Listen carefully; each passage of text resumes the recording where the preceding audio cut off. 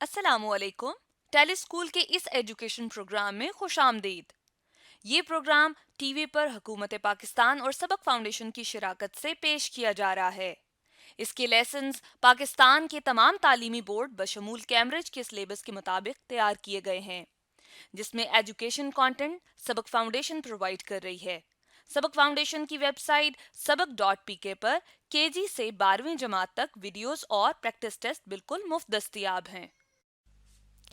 آج کے English lesson میں انگلش گرامر میں سے پنکچویشن کو کور کیا جائے گا اور اس میں سے ways to end a sentence and Oxford comma کے ٹاپکس کو پڑھایا جائے گا. یہ ٹاپکس پاکستان کے تمام تعلیمی بورڈز اور کیمبرج میں کلاس 9 کے کورس کے اندر موجود ہیں. اس ویڈیو لیکچر کی مدد سے آپ سیکھ سکیں گے پہچان اور استعمال ways to end a sentence and Oxford comma کا. آج کے انگلش کے لیسن اور اس سے منسلک ویڈیوز کو گھر بیٹھ کر دیکھنے کے لیے آپ sabak.pk کی ویب سائٹ پر جا سکتے ہیں.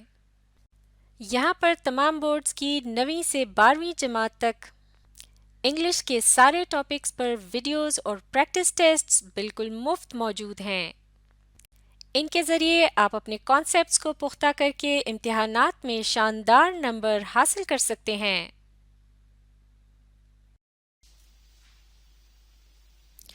اس ویڈیو میں ہم پڑھیں گے ways to end a sentence, یعنی جب ایک جملہ مکمل ہو جاتا ہے تو اس کے آخر میں کس قسم کی پنکچویشن یا نشانات کا استعمال کیا جاتا ہے. ان نشانات کو اردو میں رموز و اوقاف یا علامت وقف بھی کہا جاتا ہے. تو مختلف قسم کے جملوں کے آخر میں استعمال کیے جانے والے جو پنکچویشن ہے یا نشانات ہیں یہ 3 قسم کے ہوتے ہیں. پہلا ہے فل سٹاپ، جسے پیریڈ بھی کہا جاتا ہے اور یہ نشان ہوتا ہے ایک نقطے کی طرح، جیسے کہ یہاں آپ دیکھ سکتے ہیں. انگریزی تحریر میں فل سٹاپ بالکل وہی کام دیتا ہے جیسے کہ اردو کی تحریر میں جملوں کے آخر میں ڈیش کا نشان، چھوٹے سے اس طرح سے ڈیش کا نشان لگایا جاتا ہے. تو چلیے اب مل کر دیکھتے ہیں کہ کس قسم کے جملوں کے آخر میں فل سٹاپ کے نشان کا استعمال کیا جاتا ہے. مل کر ان جملوں کو پڑھیں گے. پہلا جملہ ہے The bus did not arrive on time، یعنی بس ٹھیک وقت پر نہیں پہنچی. تو یہ جملہ جو ہے یہ ایک سادہ سا جملہ ہے جس میں ایک سٹیٹمنٹ دی گئی ہے، یعنی ایک انفارمیشن بتائی گئی ہے، یعنی اس میں کچھ بتایا جا رہا ہے، پوچھا نہیں جا رہا، لہٰذا اس کے آخر میں جو ہے فل سٹاپ کے نشان کا استعمال کیا گیا ہے. اب پڑھتے ہیں اگلی مثال. Today is my first day at school، یعنی آج میرا اسکول میں پہلا دن ہے. تو یہ بھی ایک سادہ سا جملہ ہے جس میں کچھ بتایا جا رہا ہے، لہٰذا اس کے آخر میں بھی فل سٹاپ کے نشان کا استعمال کیا گیا ہے. تو لہٰذا ان دونوں ایگزامپلس کی روشنی میں ہم یہ نتیجہ نکال سکتے ہیں کہ a period marks the end of a declarative sentence, a statement of fact.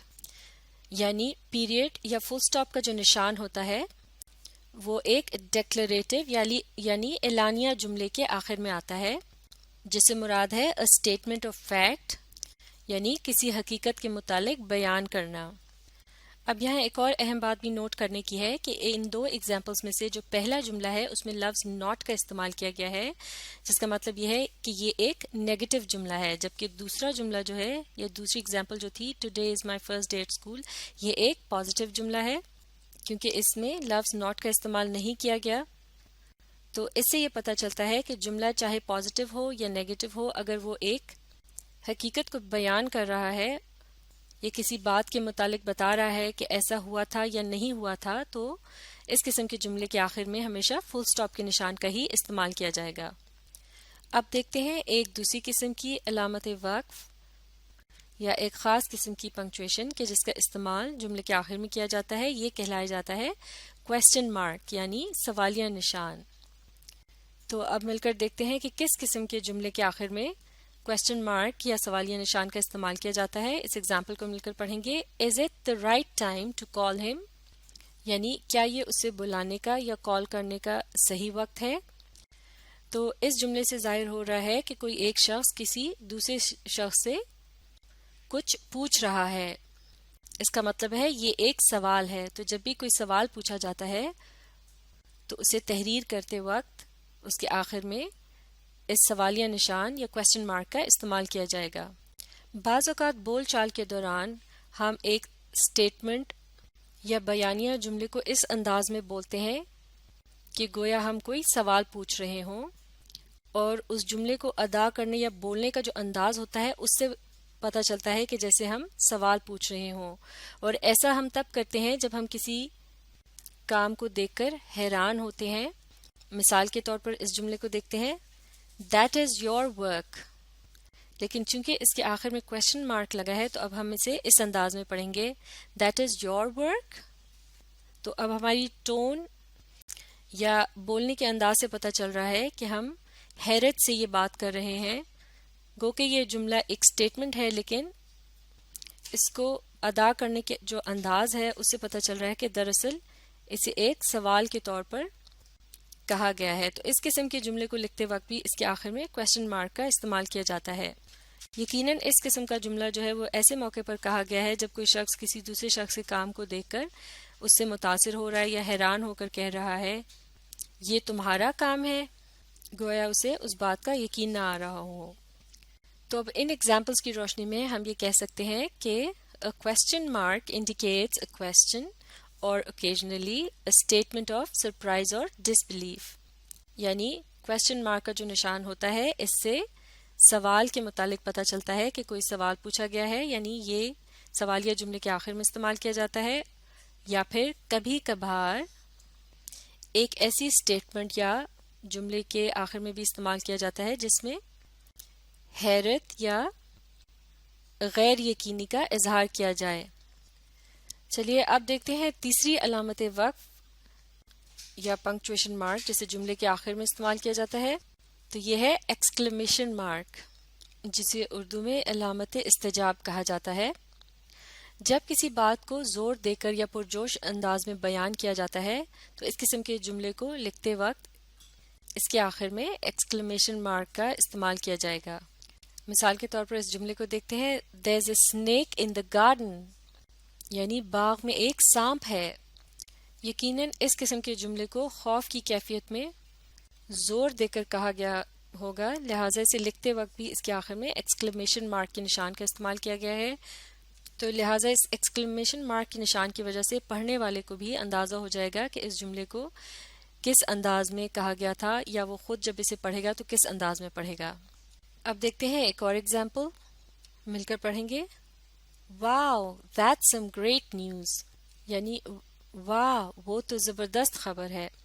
تو یہاں آپ دیکھ رہے ہیں اس جملے کے شروع میں یہ جو لفظ واو کا استعمال کیا گیا ہے دراصل یہ کہلائی جاتی ہے انٹرجیکشن، اور اس کے متعلق ہم ایک تفصیلی ویڈیو میں پہلے ہی ڈسکس کر چکے ہیں جو کہ پارٹس آف اسپیچ کا حصہ ہے، اور اسے آپ ری پلے کر کے اس کے متعلق اچھی طرح سے جان سکتے ہیں. تو جو انٹرجیکشنز ہوتے ہیں ان کے آخر میں بھی ایکسکلیمیشن مارک کے نشان کا استعمال ہوتا ہے.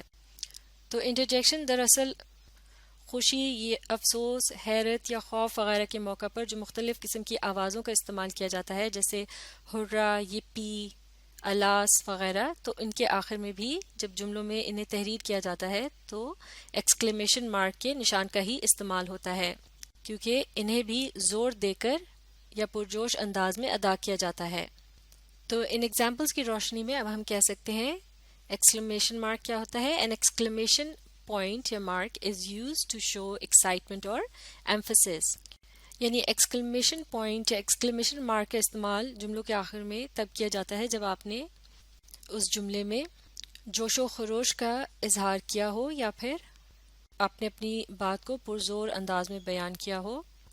اس کے علاوہ آگے پڑھتے ہیں اٹ کین آلسو فالو انٹرجیکشنز، جیسے کہ ہم نے یہاں سیکنڈ ایگزامپل میں دیکھا کہ ایکسکلیمیشن مارک کا جو نشان ہے وہ انٹرجیکشنز کے بعد بھی استعمال کیا جاتا ہے.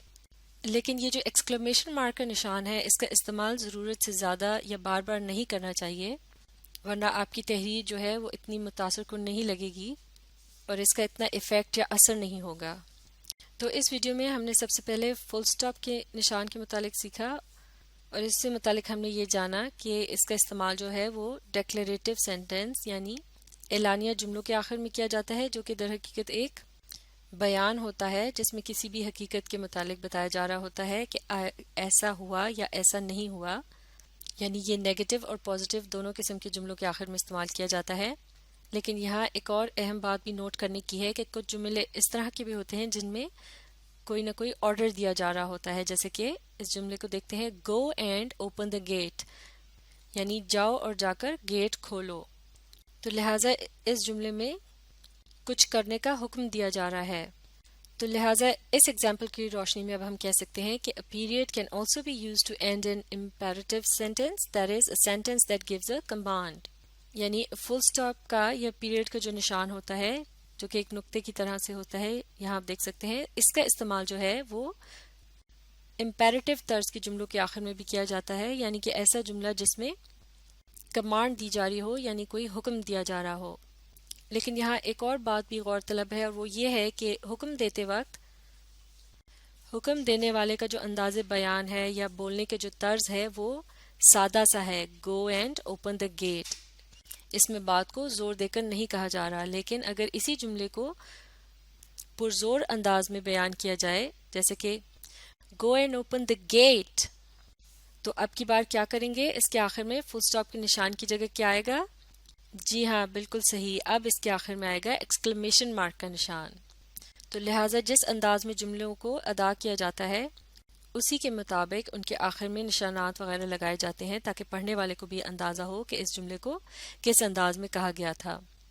اب ایک آخری اور اہم بات یہ ہے کہ جملوں کے آخر میں کبھی بھی کوما کے نشان کا استعمال نہیں کیا جاتا. تو جب بھی جملے میں کوما کے نشان کا استعمال کیا جاتا ہے اس کا مطلب ہے کہ جملہ ابھی مکمل نہیں ہوا اور جملے کا باقی کا حصہ جو ہے وہ کوما کے نشان کے بعد آتا ہے، اور پھر اس کے آخر میں پھر فل سٹاپ، ایکسکلیمیشن مارک یا پھر کوسچن مارک کا استعمال کیا جاتا ہے. تو یہ تھا جملوں کے آخر میں پنکچویشن کا استعمال. اسے اچھی طرح سے سیکھنے کے لیے آپ اس ویڈیو کو ریپلے کیجیے اور اس کے ساتھ ساتھ پڑھنے، سمجھنے اور لکھ کر پریکٹس کرنے کی کوشش جاری رکھیے.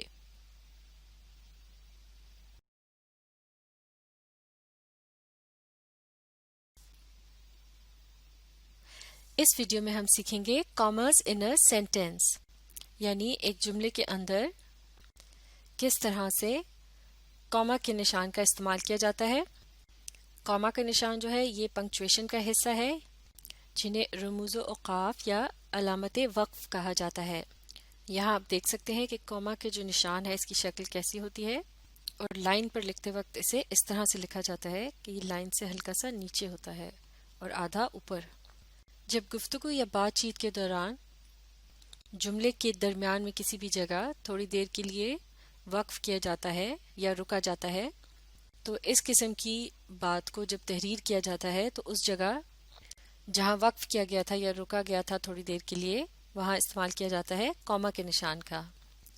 کوما کا استعمال جو ہے وہ انگریزی تحریر میں بہت زیادہ کیا جاتا ہے اور صرف کسی ایک خاص سچویشن میں نہیں کیا جاتا بلکہ بہت سے مختلف موقعوں میں اور بہت سی مختلف صورتحال میں اس کا استعمال کیا جاتا ہے. لہٰذا ہم مختلف اگزامپلس کی مدد سے جاننے کی کوشش کریں گے کہ کوما کا جو نشان ہے اسے کب کب استعمال کیا جاتا ہے.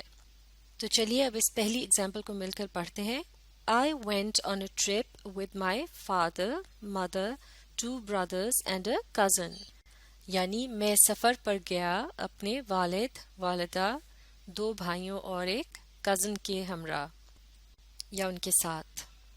تو آپ نے دیکھا کہ اس جملے کو پڑھتے وقت ہمیں جہاں جہاں کوما کا نشان تھا اس سے یہ مدد ملی کہ ہم نے اس جگہ تھوڑی دیر کے لیے وقف کرنا ہے.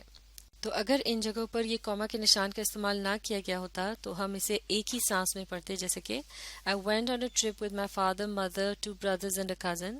تو یہ سننے میں بھی اتنا اچھا نہیں لگ رہا ہو اور اس قسم کے جملے کو ادا کرتے وقت بھی آپ کو آسانی نہیں ہوتی، چونکہ اس جملے میں ایک طرح سے ایک لسٹ سی ہے، یعنی 2 یا 2 سے زیادہ ناموں کا ذکر ہے، اور یقیناً اس قسم کے جملے کو ادا کرتے وقت بولنے والے کو کہیں نہ کہیں رک کر اپنے سانس کو بحال رکھنے کی بھی ضرورت ہوتی ہے کیونکہ یہ خاصا طویل جملہ ہوتا ہے.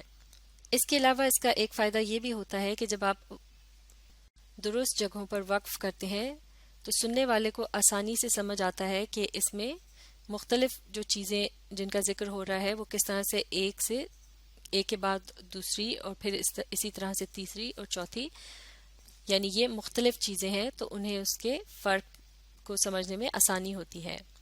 تو اس ایگزامپل کی روشنی میں اب ہم یہ ایک رول اخذ کر سکتے ہیں اس سے، یعنی ایک رول بنا سکتے ہیں کاما کے استعمال سے متعلق، اور وہ یہ ہے use commas to separate words and word groups in a simple series of 3 or more items.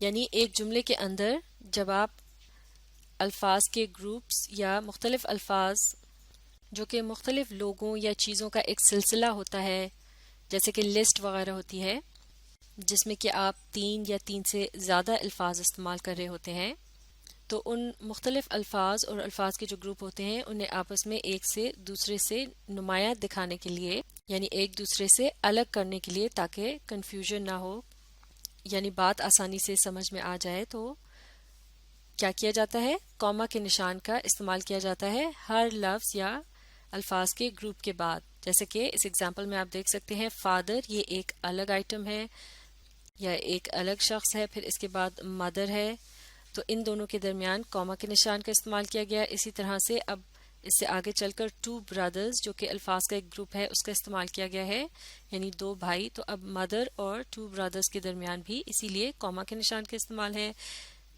اس کے علاوہ آپ دیکھ سکتے ہیں جو آخری آئٹم ہے a cousin، اس سے پہلے لفظ اینڈ کا بھی استعمال کیا گیا ہے. تو جب الفاظ کو جو یہ سلسلہ ہے یا لسٹ ہے تو یہ جب مکمل ہونے لگتا ہے تو اس کے آخری جو لفظ ہوتا ہے یا آخری آئٹم ہوتا ہے اس لسٹ کا، اس سے پہلے لفظ اینڈ کا استعمال کیا جاتا ہے. لیکن یہاں آپ دیکھ رہے ہیں اس سے پہلے کاما کے نشان کا بھی استعمال کیا گیا ہے. امریکن انگلش میں اینڈ سے پہلے بھی کاما کے نشان کا استعمال کیا جاتا ہے، جبکہ برٹش انگلش میں اسے استعمال کرنے سے متعلق کوئی پابندی وغیرہ نہیں ہے، یعنی اگر آپ اس کا استعمال نہ بھی کریں تو لفظ اینڈ جو ہے اس کے استعمال کو ہی کافی سمجھا جاتا ہے. تو اس قسم کے جملے میں اگر لفظ اینڈ سے پہلے یا اینڈ کی جگہ اگر اور کا لفظ ہوتا ہے یہاں پر، تو اس سے پہلے اگر کاما کے نشان کا استعمال کیا جائے، یعنی لسٹ کے آخری آئٹم سے پہلے اینڈ یا اور کے لفظ سے پہلے جو یہ کاما کا نشان ہے اس کا جب استعمال کیا جاتا ہے تو اس قسم کے کاما کے نشان کا ایک خاص نام ہوتا ہے، یہ کہلایا جاتا ہے آکسفورڈ کاما. اس کے متعلق خاص بات یہ ہے کہ اکثر میگزینز اور نیوز پیپر وغیرہ میں اس کا استعمال نہیں کیا جاتا. ممکن ہے ایسا اسپیس یعنی جگہ کو بچانے کے لیے کیا جاتا ہے. البتہ ایک اہم بات کو یہاں سمجھنا بہت ضروری ہے کہ کچھ جملے ایسے ہوتے ہیں کہ جہاں آکسفورڈ کاما کا استعمال بہت ضروری ہوتا ہے تاکہ بات کو کلیئر انداز میں پیش کیا جا سکے، یعنی اس میں کوئی کنفیوژن وغیرہ باقی نہ رہے. مثال کے طور پر اس جملے کو دیکھتے ہیں، we had tea fries and sauce and some fruit. اب اس جملے میں آکسفورڈ کاما کا استعمال نہیں کیا گیا، لہٰذا یہاں یہ جملہ گرامیٹیکلی درست نہیں لگ رہا. ایسا معلوم ہوتا ہے کہ یہاں پر جو لفظ فرائز اینڈ ساس کے درمیان جو لفظ اینڈ ہے اس کی جگہ کاما کے نشان کا استعمال کرنا چاہیے تھا. تو یہ جملہ اس طرح سے ہو جاتا، وی ہیڈ ٹی فرائز ساس اینڈ سم فروٹ. ٹی سے مراد ہے چائے، فرائز کہتے ہیں آلو کی تلی ہوئی قاشوں کو، ساس سے مراد ہے چٹنی، اور فروٹ یعنی پھل. لیکن اس جملے کو پڑھنے کے بعد ایسا محسوس ہو رہا ہے گویا ساس جو ہے وہ ایک الگ ڈش ہے اور چٹنی کو الگ سے کھایا جاتا ہے، لیکن دراصل ایسا نہیں ہے. حقیقتاً اس جملے میں اس طرح سے کہنے کی کوشش کی گئی ہے کہ ہم نے چائے پی، اس کے علاوہ فرائز اور ساس اور کچھ فروٹ کھایا. اس سے مراد یہ ہے کہ فرائز اور ساس جو ہے یہ ایک ڈش ہے، یعنی فرائز کو ساس کے ساتھ کھایا گیا، یعنی فرائز اینڈ ساس یہ ایک ہی گروپ ہے الفاظ کا. لہٰذا اس بات کو کلیئر کرنے کے لیے اس کے بعد جو ہے ہر حال یہاں کاما کے نشان کا استعمال کیا جائے گا، جو کہ آکسفورڈ کاما کہلایا جاتا ہے، کیونکہ یہ لفظ اینڈ سے پہلے استعمال کیا جا رہا ہے. تو اس قسم کے جملے میں اس کا استعمال جو ہے وہ ضروری ہو جائے گا تاکہ بات جو ہے وہ درست طریقے سے سمجھ آ سکے. اور اس قسم کی کنفیوژن سے بچنے کے لیے جو ناول نگار ہوتے ہیں یا کہانی وغیرہ جو لکھتے ہیں وہ اس بات کا بہت خیال رکھتے ہیں کہ آکسفورڈ کاما کو درست جگہ پر استعمال کیا جائے تاکہ پڑھنے والے کو سمجھنے میں دقت پیش نہ